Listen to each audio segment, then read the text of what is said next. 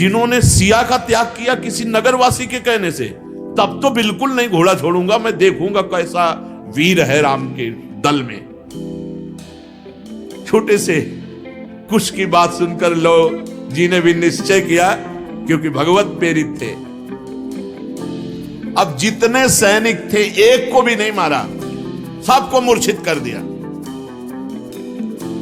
सर्वदेव में भगवान श्री राम जी ने भगवान वशिष्ठ जी को अपना आचार्य बना करके बड़ी बड़ी यज्ञ की। सर्वदेव स्वरूप यज्ञ भोक्ता तो भगवान ही है, पर लीला पूर्वक अपने आत्मा का स्वयं यजन किया। भगवान ने ये निश्चय किया कि ब्रह्म ऋषि ही इस भूमंडल के सब सुख के अधिकारी हैं, इसलिए संपूर्ण पृथ्वी को जीत करके ब्रह्म ऋषियों को दान दे दिया। और ब्रह्म ऋषियों ने प्रभु को समर्पित कर दिया कि आप ही इसकी सेवा कर सकते हैं। आचार्य ब्रह्म ऋषियों ने भगवान श्री राम को संपूर्ण भूमंडल वापस कर दिया कि इसकी रक्षा आप ही कर सकते हैं। परीक्षित, प्रभु श्री राम सब लोगों के एकमात्र स्वामी हैं। वही हमारे हृदय में बैठ करके अज्ञान का नाश करते हुए ज्ञान का प्रकाश कर रहे हैं। हमें भगवान ने सब कुछ दे रखा है, क्या जब ज्ञान दे दिया तो इससे बढ़कर और क्या है। भगवान ज्ञान स्वरूप है, ज्ञान से ही अनंत महिमाशाली भगवान का परिचय होता है। जो कभी किसी को पीड़ा नहीं पहुंचाते और अपने चरण शरण में आए हुए की हर तरह रक्षा करते हैं, और जो सदैव ब्राह्मणों को अपना इष्ट देव मानते हैं, ऐसे भगवान श्री रामचंद्र को हम नमस्कार करते हैं। परीक्षित, एक बार अपनी प्रजा की स्थिति जानने के लिए भगवान श्री राम रात में वेश छुपा करके अन्य वेश में घूम रहे थे। उसी समय भगवान श्री राम के कान में शब्द पड़े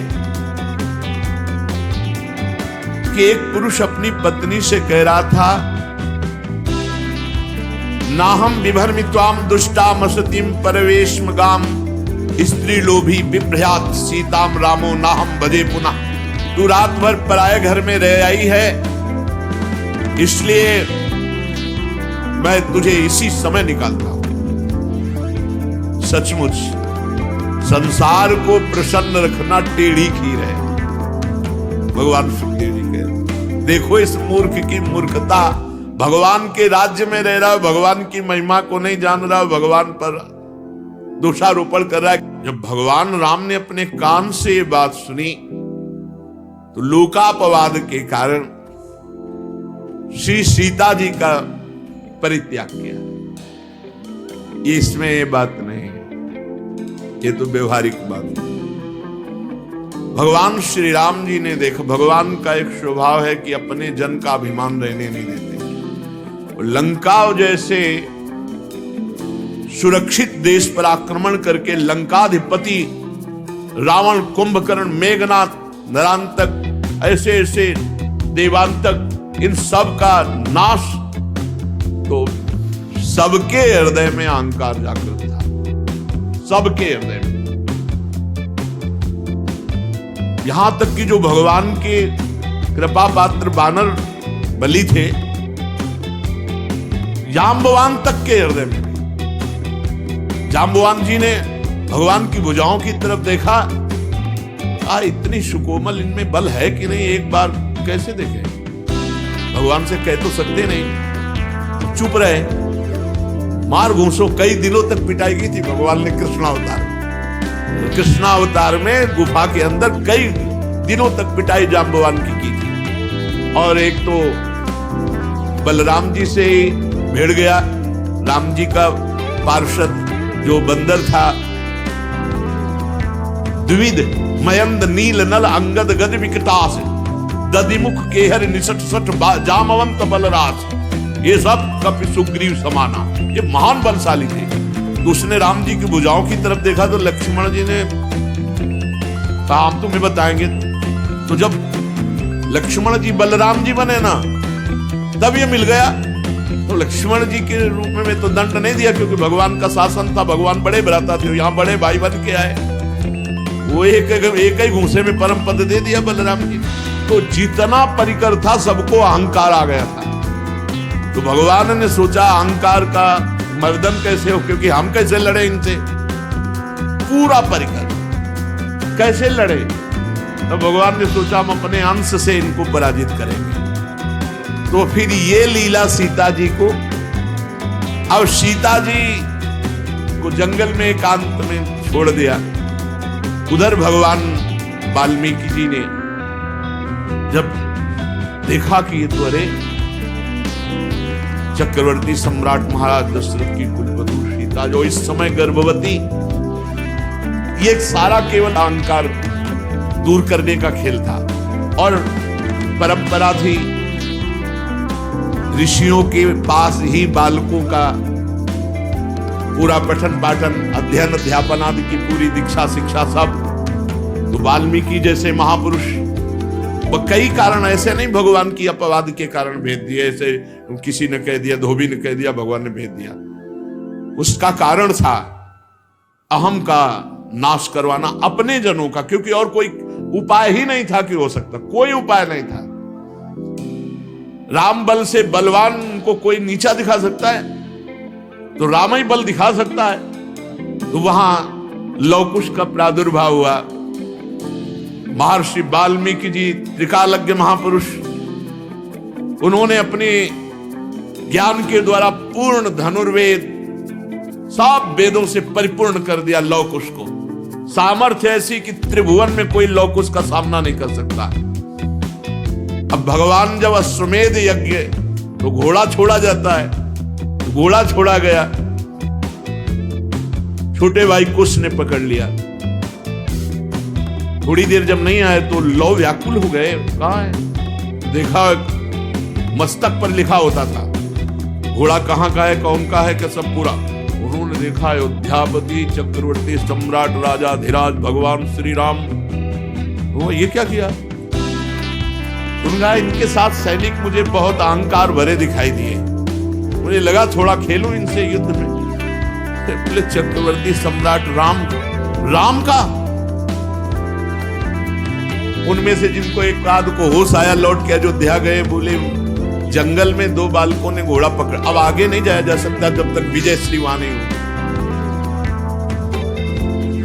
हनुमान जी महाराज की तरफ देखा, या और योद्धा भेजने से पहले हनुमान जी महाराज तो ज्ञानी नाम अग्रगण्यम गए, देखा लो और कुश के हाथ में। तो उन्होंने सोचा ऐसा त्रिभुवन में वीर पुत्र किसका हो सकता है जो रघुनाथ जी के घोड़े को पकड़ ले। इतनी सामर्थ्य नहीं है, क्योंकि घोड़ा भी कोई साधारण थोड़ी भगवान के अश्वमेध यज्ञ का। तो जब उन्होंने अपनी भागवतिक दृष्टि से देखा तो भगवान के ही अंश लव को शरणागत हो गए। जैसे चाहो ऐसे बांध लो, जैसे चाहो ऐसे कर लो। जब ये खबर गई कि हनुमान जी को उन बालकों ने बांध लिया, तो पूरी अयोध्या में हाहाकार मच गया, पूरे वीरों में हाहाकार मच गया कि मेघनाद ने गलती की थी, मेघनाद ने गलती की थी, ब्रह्मास्त्र से बांधा। तो हनुमान जी एक बार तो सोचे, पर उनका ब्रह्मास्त्र की रक्षा करनी चाहिए, मर्यादा रखनी, इसलिए बंद गए। और क्या मर्यादा रखी? जब सभा में गए और जब पूंछ में आग लगाई गई तो ब्रह्मास्त्र अपने आप छोड़ के अंतर ध्यान हो गया। ब्रह्मास्त्र हनुमान जी को बांध सकता है क्या? कोई भी अस्त्र हनुमान जी को नहीं बांध सकता। कोई वीर पैदा नहीं हुआ ऐसा जो हनुमान जी को बंधन में डाल सके, कोई वीर पैदा नहीं हुआ। अपने आप में आ जाए तो कोई है ही नहीं इनके बराबर। हनुमान जी को बांध लिया, शत्रुघ्न भरत लक्ष्मण सब तमा उठे। राम जी ने कहा एक एक जाओ। अच्छा, जे भी कहा भैया कोई अयोध्या की तरफ से आ रहा है। बोले सांवले रंग के हैं। बोले राम जी तो नहीं, श्री राम भी तो नहीं, बिल्कुल सावधान युद्ध के लिए एकदम। बोले राम जी जैसे लग रहे हैं लेकिन राम जी तो नहीं, क्योंकि उनकी गंभीरता अलग दिखाई देती। परिचय जब इनका परिचय पूछते तब वो कहते वन देवी का पुत्र लवकुश हूं। सीता जी नाम उच्चारण नहीं करते थे। वन देवी का पुत्र हूं, लवकुश नाम है। आपका क्या परिचय है? अयोध्या नरेश महाराज राजाधिराज श्री राम के अनुज।